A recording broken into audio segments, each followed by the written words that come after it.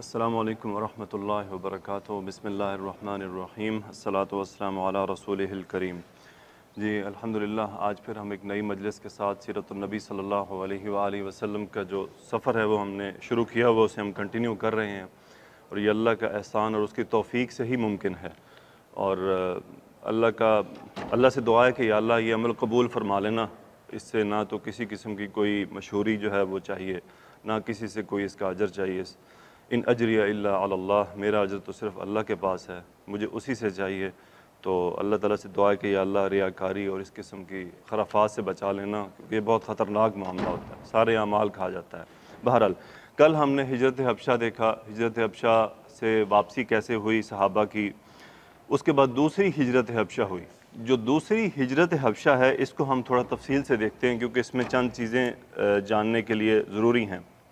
جیسے کہ کل آپ کو بتایا تھا کہ ہجرت حبشہ جو پہلی تھی، اس کے بعد واپسی صحابہ کی ہوئی۔ واپسی کیوں ہوئی؟ کہ قریش نے سجدہ کر دیا تھا۔ سورۃ النجم کی جو آخری آیت جب رسول اللہ صلی اللہ علیہ وسلم نے پڑھی تو قریش اپنے آپ پر قابو نہ رکھ سکے اور وہ بے اختیار سجدے میں گر گئے، اور یہ خبر جب حبشہ پہنچی تو وہاں سے جو صحابہ ہجرت کر گئے تھے وہ واپس تشریف لے آئے، لیکن جب انہیں پتہ چلا کہ یہ خبر جو ہے وہ غلط ہے تو وہ کسی نہ کسی طرح پناہ لے کر واپس داخل ہوئے۔ اب جب وہ واپس آئے تو قریش نے اپنے جو ظلم تھے وہ بڑھا دیے، تو انہیں پتہ چل گیا کہ اب یہ لوگ جو ہے وہ یہاں سے نکلنا چاہ رہے ہیں یا اپنے لیے کوئی نیا راستہ اپنانا چاہ رہے ہیں۔ تو دوسری ہجرت حبشہ کیسے ہوئی، اس کے لیے میں آپ کو رسول اللہ صلی اللہ علیہ وسلم کا فرمان سناتا ہوں۔ جب صورتحال خراب ہوئی تو رسول اللہ صلی اللہ علیہ وسلم نے پھر دوبارہ سے انہیں ہجرت کر جانے کا مشورہ دیا۔ تم اللہ کی طرف، میری طرف ہجرت کرنے والے ہو، تمہارے لیے ان دونوں ہجرتوں کا اجر ہے۔ انہیں جو ہے حکم دے دیا گیا کہ آپ دوبارہ ہجرت کریں۔ اس پر عثمان بن عفان رضی اللہ تعالیٰ عنہ نے فرمایا کہ اللہ کے رسول، پھر ہمیں یہی بات کافی ہے۔ یعنی یہ جو ہجرتوں کا اجر انہیں دو دیے جا رہے تھے، تو انہوں نے فرمایا کہ بس پھر ہمارے لیے یہی بات کافی ہے، کیونکہ صحابہ کو رسول اللہ صلی اللہ علیہ وسلم کو چھوڑ کے جانا گراں معلوم ہو رہا تھا، کیونکہ اب تعداد زیادہ تھی اور وہ پریشان ہو رہے تھے کہ ہم آپ کو اس حالات میں چھوڑ کر جائیں اور آپ سے دوری اختیار کریں، یہ بھی ان کے لیے ممکن نہ تھا، کیونکہ صحابہ صرف اپنے لیے امن نہیں چاہتے تھے۔ یعنی صحابہ نعوذ باللہ خود غرض نہیں تھے کہ وہ صرف چاہیں کہ ہمیں ہی سکون مل جائے اور رسول اللہ صلی اللہ علیہ وسلم تکالیف میں رہیں، ایسا نہیں تھا۔ تو انہیں دور جانا مشکل معلوم ہو رہا تھا، اس لیے رسول اللہ صلی اللہ علیہ وسلم نے انہیں اجر کی خوشخبری دی۔ دوسری ہجرت حبشہ کے موقع پر قریش نے حتی الامکان کوشش کی کہ ان کو روکا جائے، لیکن وہ اس میں ناکام ہوئے۔ نجاشی کے نام رسول اللہ صلی اللہ علیہ وسلم نے ایک خط لکھا تھا، وہ خط آپ کو سنا دیتا ہوں۔ اللہ کے نام کے ساتھ جو بڑا مہربان نہایت رحم کرنے والا ہے، اللہ کے رسول محمد صلی اللہ علیہ وسلم کی جانب سے نجاشی اسہم شاہ حبشہ کی طرف تم پر سلامتی ہو۔ بلا شبہ میں تمہیں مخاطب کرتے ہوئے اللہ کے حمد کرتا ہوں جو قادر مطلق بادشاہ ہے، نہایت پاک، امن دینے والا اور نگہبان ہے۔ میں گواہی دیتا ہوں کہ عیسیٰ ابن مریم علیہ السلام اللہ کی روح اور اس کا وہ کلمہ ہے جو اس نے کنواری پاکیزہ اور پاک دامن مریم کی طرف ڈالا اور انہیں عیسیٰ علیہ السلام کا حمل ٹھہر گیا۔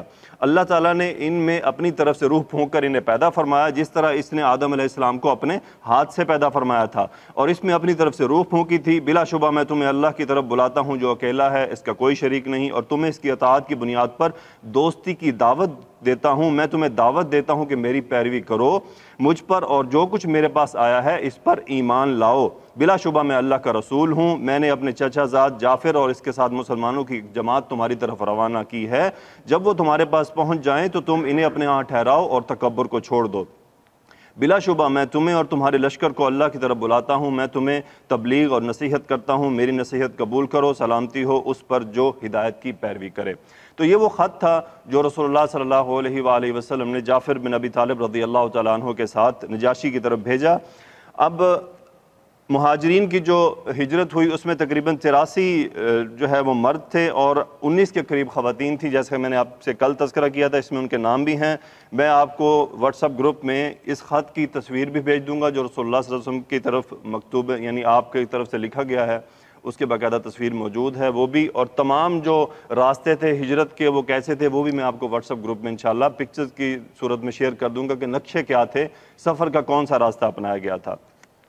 ابو موسیٰ اشعری رضی اللہ تعالیٰ عنہ، ان کی جو ہجرت ہے وہ منفرد ہے، اس سے وہ اس طرح سے منفرد ہے کہ سیدنا ابو موسیٰ اشعری رضی اللہ تعالیٰ عنہ کے بارے میں صحیح بات ہوئی ہے جو انہوں نے خود بیان فرمائی کہ نبی کریم صلی اللہ علیہ وسلم کے بارے میں مدینہ ہجرت کی اطلاع ملی انہیں کہ آپ نے مدینہ ہجرت کی ہے۔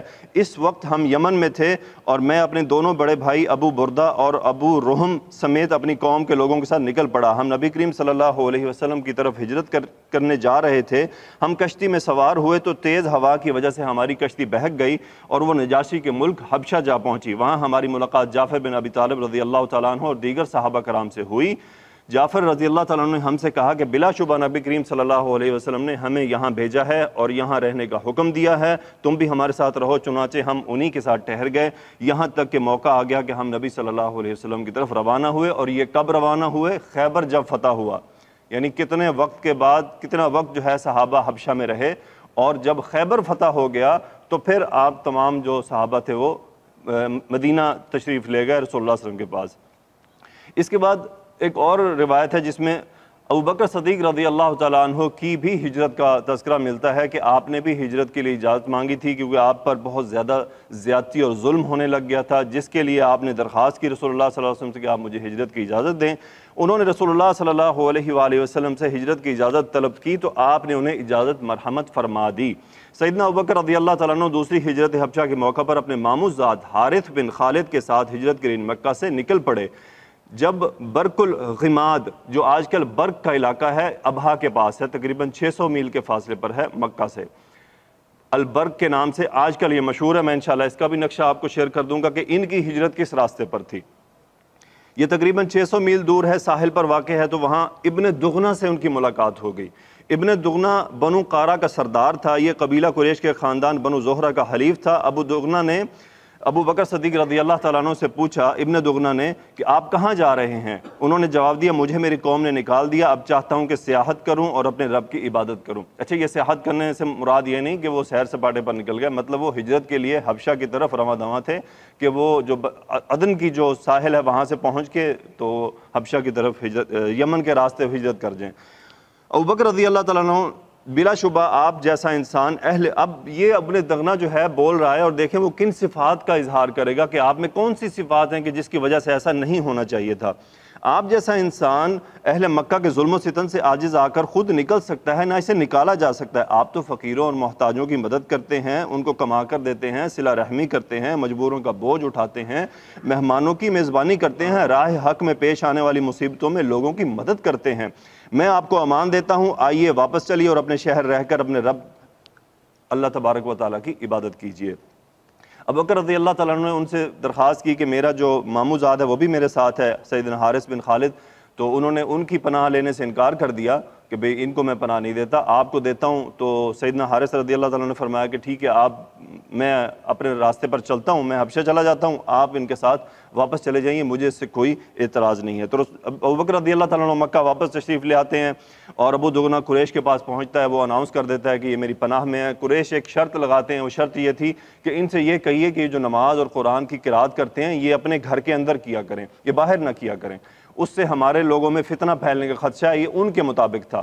ابوبکر رضی اللہ تعالیٰ عنہ ایکچولی جب قرات قرآن کرتے تھے تو وہ اپنے آپ پر قابو نہیں رکھ پاتے تھے، وہ شدید زار و قطار رویا کرتے تھے، یعنی اتنا ان پر قرآن کا اثر ہوتا تھا۔ تو انہوں نے اس شرط کو مان لیا اور پناہ میں رہے، قریش نے بھی ان کو تنگ نہیں کیا۔ لیکن ایک دن کیا ہوا کہ انہیں خیال آیا کہ بھئی یہ کام درست نہیں ہے۔ انہوں نے پھر دوبارہ مسجد، اپنے گھر کے باہر ہی چھوٹی سی مسجد بنا لی، اس میں نماز پڑھنی شروع کر دی اور قرات کرنا شروع کر دی۔ قریش کے بچے بچیاں عورتیں مرد اکٹھے ہو گئے، بھی یہ ابوبکر کو کیا ہو گیا، یہ روتے ہی رہتے ہیں، ان کا قرآن بھی سنتے تھے۔ قریش کو یہ چیز بہت بھاری معلوم ہوئی کہ یہ کام جس سے ہم روکنا چاہ رہے تھے وہ دوبارہ شروع ہو گیا۔ انہوں نے ابن دغنہ کو شکایت لگائی کہ بھئی آپ نے جس کو پناہ میں لیا ہے اس کا تو یہ حال ہے۔ تو اس نے واپس آ کر آپ سے بحث کی تو آپ نے فرمایا، بلا شبہ میں تجھے تیری پناہ واپس کرتا ہوں اور اللہ تعالیٰ کی پناہ میں راضی ہوں، یعنی میں اللہ کی پناہ میں واپس آتا ہوں۔ ابوبکر صدیق رضی اللہ تعالیٰ عنہ کی اس طرح سے اپنے یعنی علاقے میں واپسی ہوئی، پھر آپ کا ایک سلسلہ جاری رہا، انشاءاللہ وہ ہم بعد میں دیکھیں گے۔ اب مہاجرین حبشہ کے خلاف قریش نے کیا سازش کی؟ قریش نے اب کوشش کی کسی طرح نجاشی کو اپروچ کیا جائے۔ انہوں نے نجاشی کو اپروچ کیا، اس اپروچ کے لیے انہوں نے 2 سفیر اپنے چنے، ایک تھا ایک ہے جی عمر بن عاص بن وائل سہمی اور دوسرے ہیں عبداللہ بن ابی ربیعہ بن مغیرہ مخزومی. یہ دو سفیر انہوں نے چنے. یہ بہت سمجھدار لوگ تھے, اس طرح کے کاموں میں ماہر تھے.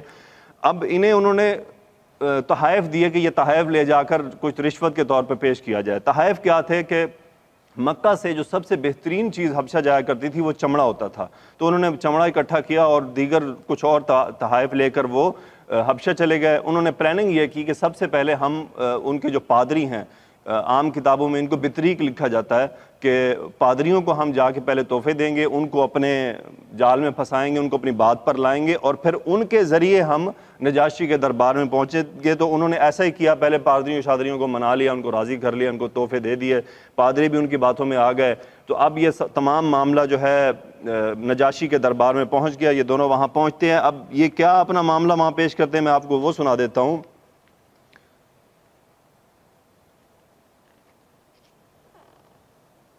کفار قریش کے یہ دونوں سفیر عبداللہ بن ابی ربیعہ اور عمر بن عاص اپنی مہم پر روانہ ہو کر اکسوم حبشہ جا پہنچے.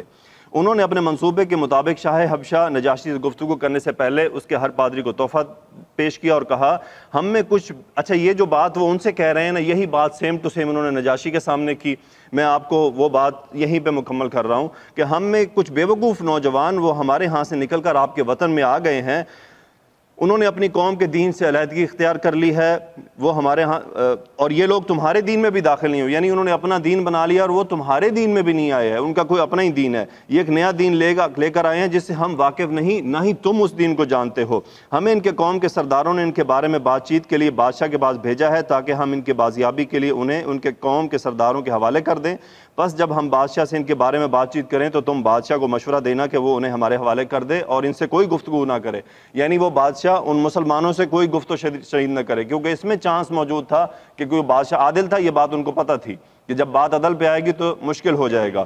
بے شک ان کے قوم ان پر خوب نظر رکھے ہوئے اور ان کے عیب اچھی طرح جانتی ہے. سیم یہی بات انہوں نے جو سفیروں نے جو پادریوں سے کی, یہی جا کے انہوں نے نجاشی کے سامنے کر دی. نجاشی نے بجائے اس کے ان کی بات سننے کو اس نے کہا نہیں یہ تو ظلم کی بات ہے, میں تو عدل کروں گا اور میں دونوں فریقوں کی بات سنوں گا, ان کو بلاؤں گا, ان کا نقطہ نظر سنوں گا, پھر ہی میں کوئی فیصلہ کر سکتا ہوں. کیونکہ اس نے یہ کہا تھا کہ یہ مجھے ایسے لوگوں کے بارے میں کوئی فریب نہیں دیا جا سکتا جنہوں نے میری ہمسائیگی اختیار کی, جو میرے ملک میں آئے, جنہوں نے مجھے دوسروں پر ترجیح دی. میں انہیں بلاؤں گا اور ان سے بات کروں گا اور ان کی بات سنوں گا.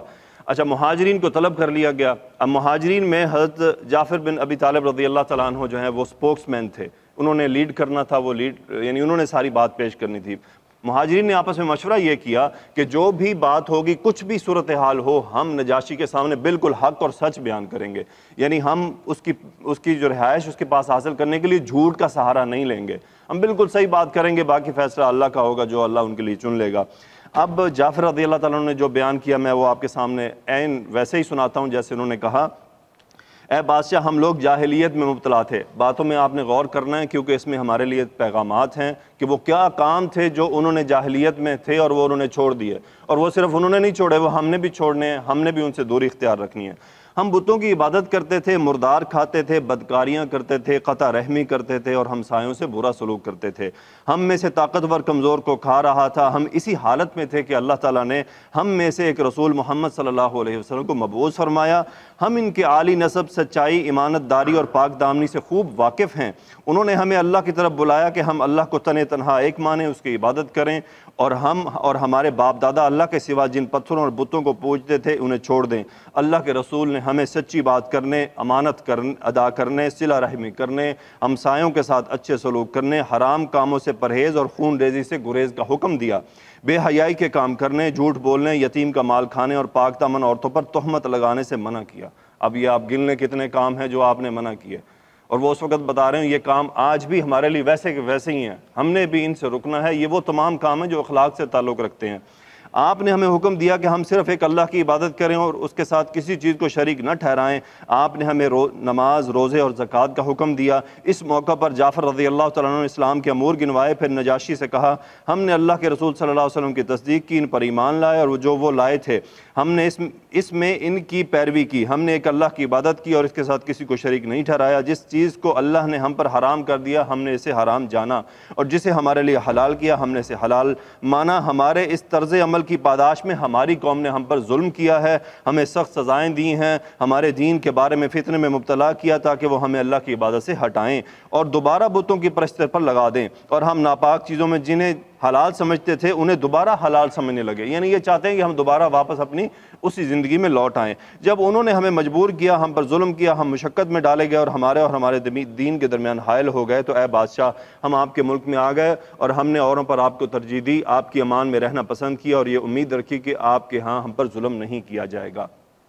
یہ وہ تقریر تھی جس نے نجاشی پر بہت زیادہ اثر چھوڑا اور نجاشی کو بہت زیادہ متاثر کیا۔ نجاشی نے پھر ان سے کہا کہ تم پیغمبر صلی اللہ علیہ وسلم کی لائی ہوئی باتوں میں سے کوئی بات مجھے سناؤ کہ وہ کیا ہے، وہ جو لائے ہیں وہ کیا پیغام ہے۔ نجاشی نے کہا کہ مجھے وہ پڑھ کر سناؤ۔ جعفر رضی اللہ تعالیٰ عنہ نے ان کے سامنے سورہ مریم کی ابتدائی آیات تلاوت کی۔ ان آیات کی تلاوت سن کر نجاشی اس قدر رویا کہ داڑھی آنسوں سے بھیگ گئی۔ اس کے ساتھ ساتھ عیسائیوں کے بڑے بڑے عالم بھی رو پڑے۔ اچھا، یہ عالم کیوں رو پڑے تھے کہ جب ڈسکشن ہو رہی تھی تو چونکہ دین کی بات ہونی تھی تو وہ عالم جو تھے، جو پادری تھے ان کے، وہ اپنی کتابیں لے کر آئے ہوئے تھے کہ ان کتابوں سے میچ کریں گے کہ یہ دین کہاں پہ فٹ ہو رہا ہے۔ تو لکھا ہوا ہے کہ اس قدر روئے کہ ان کے مصاحف یعنی ان کی وہ کتابیں جو تھیں وہ آنسوں سے تر ہو گئیں۔ پھر نجاشی نے کہا اللہ کی قسم بلا شبہ یہ کلام اور جو کچھ موسیٰ علیہ السلام لے کر آئے تھے دونوں ایک ہی طاق سے نکلے ہوئے ہیں۔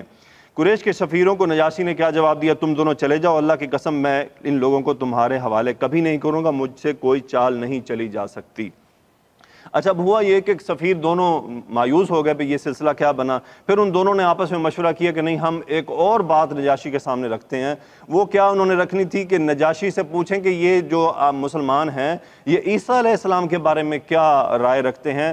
جب یہ رائے ان سے ٹکرائے گی تو پھر نجاشی کو غصہ آئے گا اور پادری بھی صاف ظاہر ساتھ دیں گے۔ تو انہوں نے اب یہ ایک سلسلہ جو ہے وہ چلا، نجاشی تم سے عیسیٰ علیہ اب صحابہ نے آپس میں مشورہ کیا کہ ہم کیا کریں۔ ان کو خبر پہنچ گئی کہ یہ ایک دوبارہ جانے والے اور ان کا یہ مشن ہے۔ صحابہ نے مشورہ یہی کیا کہ ہم عیسیٰ علیہ السلام کے بارے میں بالکل وہی بات کریں گے جو رسول اللہ صلی اللہ علیہ وسلم نے ہم تک پہنچائی ہے، ہم اس میں کوئی تبدیلی نہیں کریں گے۔ جعفر رضی اللہ تعالیٰ عنہ ہی نے مسلمانوں کی ترجمانی کی اور انہوں نے جواب دیا ہم ان کے بارے میں وہی کچھ کہتے ہیں جو ہمارے نبی صلی اللہ علیہ وسلم لے کر آئے ہیں، وہ اللہ کے بندے، اس کے رسول، اس کی طرف سے روح ہیں اور اس کا وہ کلمہ ہے جسے اس نے کنواری پاک دامن مریم کی طرف القاء کیا تھا۔ جعفر رضی اللہ تعالیٰ عنہ کو یہ جواب سن کر نجاشی نے اپنا ہاتھ زمین پر مارا اور ایک تنکا اٹھا کر کہا تم نے جو کچھ کہا ہے عیسیٰ بن مریم علیہ السلام اس سے ایک تنکے کے بقدر بھی زیادہ نہیں ہے، اس تنکے سے زیادہ بھی نہیں، یعنی جو بالکل تم نے کہا ہے بالکل صحیح بات ہے، عیسیٰ علیہ السلام کا یہی مقام ہے۔ اچھا، نجاشی کی یہ بات سن کر جو درباری تھے وہ بڑے غصے میں آئے اور انہوں نے وہ ہم بھی کرتے ہوتے ہیں اوہ نہیں کرتے، تو انہوں نے وہ کر دیا کہ بھئی یہ کیا بات ہوئی۔ ان کے دل میں آ گیا کہ بھئی نجاشی نے تو ان کی بات مان لی۔ بہرحال نجاشی نے ان کی طرف توجہ نہ دی۔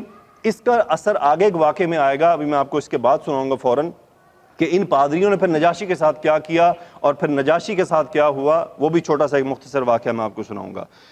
اچھا، نجاشی کی یہ بات سن کر پادری غصے میں آ گئے اور نفرت کا اظہار کیا اور اون کی آواز نکالی مسلمانوں کے لیے پروانہ امن مل گیا، جاؤ تم میرے ملک میں بحفاظت امن و امان سے رہو اور جو تمہیں برا کہے گا اس کو میں تاوان لگاؤں گا، اس کو سزا دی جائے گی۔ یعنی اس حد تک انہوں نے اکرام کیا کہ جو تمہیں برا بھلا کہے گا، کوئی تکلیف دے گا، اس پر تاوان لگے گا، اور جو تمہیں برا کہے گا اس پر تاوان لگایا جائے گا۔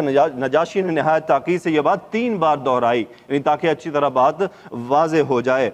اس کے بعد نجاشی نے تحفے تحائف واپس کر دیے اور کہا کہ ہمیں ان کی کوئی ضرورت نہیں، اللہ کی قسم اللہ تعالیٰ نے مجھے میری بادشاہت لوٹائی تھی، اس وقت مجھ سے رشوت نہیں لی تھی، میں اس کے بارے میں رشوت لوں نہ، اللہ تعالیٰ نے میرے بارے میں لوگوں کی بات مانی تھی، میں اس کے بارے میں لوگوں کی بات مانوں۔ اچھا، یہ ایک پہلے پرانا ایک واقعہ تھا کہ نجاشی سے حکومت چلی گئی تھی، پھر ایک جنگ ہوئی تھی، نجاشی کو دوبارہ حکومت ملی تھی، وہ ایک الگ سٹوری ہے، وہ ہم نے شروع میں سکپ کی۔ میں نے بہت سارے واقعات کے عرب میں جو حکومتیں بنی وہ کیسے بنی، بیسیکلی وہ بھی سیرت کے تذکروں میں ہوتا ہے کہ رسول اللہ صلی اللہ علیہ وسلم کو جب پیدائش ہوئی تو اس وقت عرب میں حکومتیں کس کس کے پاس تھیں، یہ اس میں تذکرہ تھا۔ بہرحال اب عمر بن عاص جو ہیں وہ واپس مکہ پہنچ گئے، اپنے گھر میں ہی وہ بند ہو گئے کہ وہ ناکام ہو گئے تھے، اتنے بڑے سفیر ناکامی سے دوچار ہوئے تو شرمندگی تو ہوتی ہے، آج کل بھی اگر سفیر ناکام ہو جائیں تو شرمندہ ہوتے ہیں، سیم وہی صورتحال تھی۔ اچھا، نجاشی کے خلاف بغاوت کا کیا سلسلہ بنا؟ حافظ ابن حزم رحمۃ اللہ علیہ نے لکھا ہے کہ نجاشی مسلمان ہو گیا، البتہ اہل حبشہ کے خوف سے وہ اس کا اظہار نہ کر سکا۔ نجاشی نے جب عیسیٰ علیہ السلام کے اللہ کا بندہ ہونے کا برحق قرار دیا تو حبشہ کے عیسائی اس کے مخالف ہو گئے۔ انہوں نے نجاشی سے کہا کہ تم نے ہمارے دین سے علیحدگی اختیار کر لی ہے۔ وہ لوگ نجاشی کے خلاف اٹھ کھڑے ہوئے، انہوں نے عالم بغاوت بلند کر دیا۔ یہ صورتحال دیکھ کر نجاشی نے جعفر رضی اللہ تعالیٰ عنہ اور دیگر مہاجر صحابہ رضوان اللہ علیہم اجمعین کی طرف اپنے قاصد کو بھیجا اور انہیں کشتیاں فراہم کیں اور یہ پیغام بھجوایا کہ تم لوگ ان کشتیوں میں سوار ہو جاؤ، اپنے دین پر قائم رہو، اگر مجھے شکست ہو جائے تو تم لوگ چلے جانا جہاں مناسب سمجھو اور وہاں قیام کر لینا، اور اگر مجھے فتح نصیب ہو تو تم بدستور یہیں ٹھہرنا۔ اس کے بعد نجاشی نے ایک تحریر لکھی جس میں اس نے اپنے متعلق لکھا، اچھا یہاں بڑی امپورٹنٹ بات ہے، اس نے اپنے متعلق لکھا کہ میں گواہی دیتا ہوں کہ اللہ کے سوا کوئی معبود برحق نہیں، محمد صلی اللہ علیہ وسلم اللہ کے بندے اور رسول ہیں۔ میں یہ بھی گواہی دیتا ہوں کہ عیسیٰ علیہ السلام اللہ تعالیٰ کے بندے ہیں، اس کے رسول ہیں، اس کی طرف سے روح اور اس کا وہ کلمہ ہے جو اس نے مریم سلام علیہا کی طرف القا کیا۔ پھر اس نے یہ تحریر اپنے چوغے کے اندر دائیں کندھے کی طرف رکھ لی اور حبشہ کے لوگوں کے سامنے آ گیا۔ وہ سب اس کے لیے قطار بنائے کھڑے تھے۔ نجاشی نے یہاں ایک بات کی تھی ان سے، سب لوگوں سے کہا بڑھ کر کہ تم پر حقدار نہیں ہوں، کیا میں سب لوگوں سے بڑھ کر تم پر حقدار نہیں ہوں؟ انہوں نے کہا کیوں نہیں؟ نجاشی نے پوچھا تم نے اپنے بارے میں میرا سلوک کیسا پایا؟ انہوں نے کہا بہترین۔ نجاشی نے پوچھا پھر تمہیں کیا ہوا؟ انہوں نے کہا آپ نے ہمارے دین سے علیحدگی اختیار کر لی، آپ سمجھتے ہیں کہ عیسیٰ علیہ السلام اللہ کے بندے ہیں۔ نجاشی نے پوچھا تم عیسیٰ کے بارے میں کیا کہتے ہو؟ انہوں نے کہا ہم کہتے ہیں کہ وہ اللہ کے بیٹے ہیں، نعوذ باللہ من ذالک۔ ان کی یہ بات سن کر نجاشی نے اپنا ہاتھ اپنے جو چوغا پوش سینے پر رکھا اور کہا کہ میں گواہی دیتا ہوں کہ عیسیٰ ابن مریم علیہ السلام اس سے زیادہ کچھ نہیں۔ نجاشی کا مطلب یہ تھا کہ عیسیٰ علیہ السلام اس تحریر سے بڑھ کر کچھ نہیں، یعنی جو اس نے تحریر رکھی تھی اس پر ہاتھ رکھ کر اس پر گواہی دی، نہ کہ اس نے ان کی بات کی طرف گواہی دی۔ تو اللہ اس گواہی کو جان رہے تھے۔ آگے فرماتے ہیں کہ جس پر اس نے ہاتھ رکھا تھا، حبشہ کے لوگوں نے جب یہ بات سنی تو وہ نجاشی سے راضی ہو گئے اور اپنے گھروں کو واپس چلے گئے۔ اس کے بعد صحابہ کرام حبشہ میں ہی نہایت اطمینان اور امن کے ساتھ مقیم رہے۔ اچھا یہ وہ نجاشی کے ایمان لانے کا کہ نجاشی کیسے اپنا ایمان پر قائم رہا۔ ایک حبشی کا نجاشی کے خلاف مرکب، ایک اور کوشش ہوئی نجاشی کے خلاف۔ بعد ازاں ایک اور واقعہ پیش آیا، ہوا یہ کہ حبشہ کا ایک شخص نجاشی سے اس کی بادشاہت کے معاملے میں جھگڑ کھڑا ہوا، وہ نجاشی سے بادشاہت چھیننا چاہتا تھا۔ مہاجر صحابہ یہ صورتحال دیکھ کر غمزدہ ہو گئے، انہیں خطرہ تھا مبادا وہ شخص نجاشی پر غالب آ جائے اور ہمارا وہ حق نہ پہچانے جو نجاشی پہچانتا ہے اور ہمارا خیال رکھتا ہے۔ نجاشی نے اس حبشی کی طرف پیش قدمی کی۔ نجاشی اور اس کے درمیان دریائے نیل حائل تھا۔ صحابہ کرام نے آپس میں مشورہ کیا کہ ہم میں سے کون ہے جو میدان جنگ کی طرف جائے اور یہ خبریں وہاں سے لے کر آئے۔ اچھا اب ہوئی کہ جنگ ہو رہی ہے تو صحابہ پریشان تھے کہ بھی کیا معاملہ، کون غالب آ رہا ہے؟ تو انہوں نے اب فیصلہ کیا بھی کوئی کون ہے ہم میں سے جو جائے دریا کراس کرے اور خبریں لے کر آئے۔ اب دریا بھی کراس کرنا تھا۔ انہوں نے اپنی ایک ٹیکنیک، وہ جو مشک تھی ان کے پاس پانی کی، جس میں پانی بھرا کرتے تھے، اس کے اندر انہوں نے ہوا بھر دی۔ یہ اب وہ ٹیوب بنائی جا رہی ہے جو ہم تیرنے کے لیے بناتے ہیں۔ انہوں نے اس مشک میں ہوا بھری، اس کو بند کر دیا، اور زبیر بن عوام رضی اللہ تعالیٰ عنہ اس وقت 9 عمر جوان تھے، انہوں نے کہا کہ یہ کام میں کروں گا۔ زبیر رضی اللہ تعالیٰ نے اسے اپنے سینے کے نیچے رکھا اور اس پر تیرتے ہوئے دریائے نیل کے دوسرے کنارے پر میدان جنگ تک جا پہنچے۔ انہوں نے وہاں کی صورتحال کا اچھی طرح جائزہ لیا اور پھر صحابہ کرام کی طرف واپس آئے۔ ادھر صحابہ کرام نے بھی اللہ تعالیٰ سے نجاشی کے غلبے اور اقتدار پر قائم رہنے کی دعا کی۔ وہ میدان جنگ کی صورتحال جاننے کے منتظر تھے اور اچانک زبیر رضی اللہ تعالیٰ نمودار ہوئے۔ وہ دوڑتے ہوئے آ رہے تھے، اپنے کپڑے ہوا میں لہرا رہے تھے اور کہہ رہے تھے خوش ہو جاؤ، نجاشی کو فتح نصیب ہوئی، اللہ تعالیٰ نے اس کے دشمن کو ہلاک کر دیا اور نجاشی کے اقتدار کو مضبوط کر دیا۔ یہ خبر سن کر مہاجرین بہت خوش ہوئے۔ مجھے امید ہے آپ نے آج ہجرت حبشہ کا کافی تفصیلی واقعہ سنا ہوگا۔ اچھا اس ہجرت حبشہ میں ایک اور واقعہ پیش آیا تھا، عبید اللہ بن جہش۔ عبید اللہ بن جہش جو تھا یہ ام حبیبہ بنت ابی سفیان رضی اللہ تعالی عنہما، جو ہماری ام المومنین میں سے ہیں، ہماری ماں ہیں، ابو سفیان رضی اللہ تعالیٰ عنہ کی صاحبزادی ہیں، ان کے شوہر تھے، یہ مرتد ہو گئے تھے وہاں جا کر۔ ان کا کیا واقعہ ہے؟ حبشہ کے لوگ عیسائی تھے لیکن مہاجرین حبشہ میں اسلام پر قائم رہے، عیسائیت کی طرف ذرا بھی مائل نہ ہوئے۔ البتہ عبید اللہ بن جہش کو شیطان نے بہکایا، یہ اس کے آگے عیسائیت کو مزین کر کے پیش کیا، یوں اس نے اسلام کو ترک کر کے عیسائیت اختیار کر لی۔ اسلام کی دعوت کے آغاز سے پہلے بھی یہ شخص عیسائیت کو بہتر اور حق کے قریب سمجھتا تھا۔ پھر جب دعوت اسلام کا ظہور ہوا اور اللہ تعالیٰ کے رسول صلی اللہ علیہ وسلم کی بعثت ہوئی تو یہ مسلمان ہو گیا اور ہجرت حبشہ کر گیا وہاں، لیکن وہاں جا کر یہ دوبارہ مرتد ہو گیا۔ شوہر کے بارے میں ام حبیبہ رضی اللہ تعالیٰ عنہ کا خواب۔ عبید اللہ بن جہش کی اہلیہ ام حبیبہ بنت ابی سفیان رضی اللہ عنہما بیان کرتی ہیں، ایک دن میں نے خواب میں اپنے خامد عبید اللہ بن جہش کو نہایت بری اور بھدی صورت میں دیکھا، میں گھبرا گئی تو میں نے کہا اللہ کی قسم اس کی حالت بدل چکی ہے۔ صبح ہوئی تو عبید اللہ بن جہش نے مجھ سے مخاطب ہو کر کہا، ام حبیبہ میں نے دین کے معاملے میں غور و فکر کیا تو میں نے عیسائیت کو بہترین دین نہیں پایا، میں نے عیسائیت سے بہترین کوئی دین نہیں پایا، میں نے عیسائیت پہلے بھی اختیار کی تھی، پھر میں نے محمد صلی اللہ علیہ وسلم کا دین قبول کیا، اب میں پھر عیسائی ہو گیا ہوں۔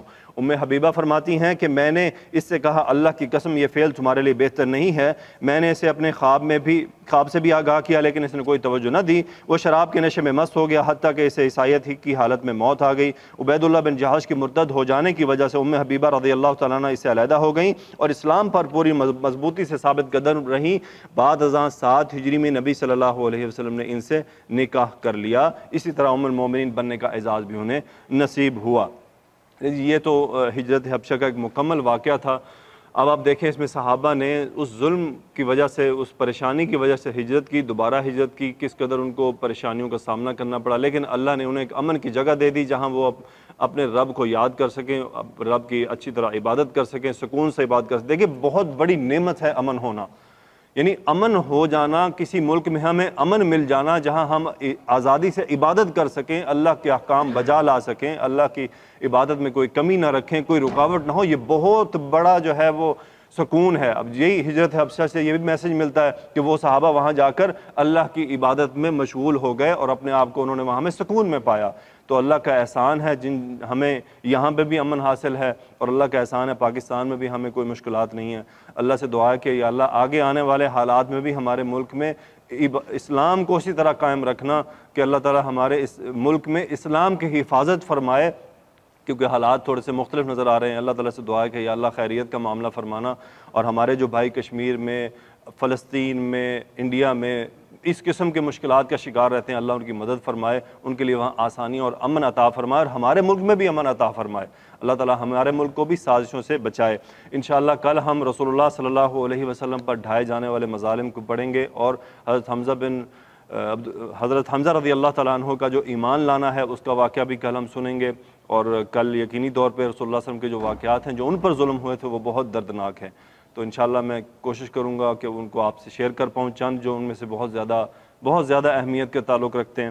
اللہ تعالیٰ سے دعا ہے کہ یا اللہ ان مجلس والوں کو معاف فرما دے، ہم سب کی مغفرت فرما دے، ہمارے والدین کی مغفرت فرما دے، جن کے والدین دنیا سے رخصت ہو چکے ان کی مغفرت فرما، اور جن کے والدین دنیا میں موجود ہیں ہمارے والدین کو صحت و تندرستی عطا فرما، ان کا سایہ ہم پر قائم رکھ، ان کو ایمان عطا فرما، ہم سب کو ایمان والی زندگی عطا فرما، اور ایمان پر ہی موت عطا فرمانا۔ یا اللہ ایمان پر موت عطا فرمانا، توبہ پر موت عطا فرمانا۔ یا اللہ پرفتن دنیا چل رہی ہے، پرفتن دور سے گزر رہے ہیں، یا اللہ فتنے ہماری طرف بکھرے ہوئے ہیں، یا اللہ ہمیں فتنوں سے بچا لینا، یہ سوائے تیری رحمت کے اور کوئی ہمارے پاس آسرا نہیں، تو ہی بچا سکتا ہے، تیرے ہی اختیار میں ہے، تو ہمیں گناہوں سے بھی بچا۔ اس رمضان میں باقی ایماندار روزے اچھی طرح گزارنے کی توفیق عطا فرما، ہماری قراءت، ہمارا ذکر، ہماری دعائیں قبول فرما، بیماروں کو صحت تندرستی عطا فرما، مشکلات جن کی ہیں معاشی مشکلات ان کی مشکلات دور فرما۔ یا اللہ ہمارے ملک میں غریب مشکل صورتحال سے گزر رہے ہیں، یا اللہ ان کو صبر عطا فرما، ان کے اس غربت سے نکلنے کے معاملات عطا فرما۔ اے اللہ ہم پر رحم فرما۔ وآخر دعوانا ان الحمدللہ رب العالمین، الصلاۃ والسلام علی رسولہ الکریم، سبحانک اللہم وبحمدک، نشہد ان لا الہ الا انت، نستغفرک ونتوب الیک۔ آمین یا رب العالمین۔ بارک اللہ فیکم۔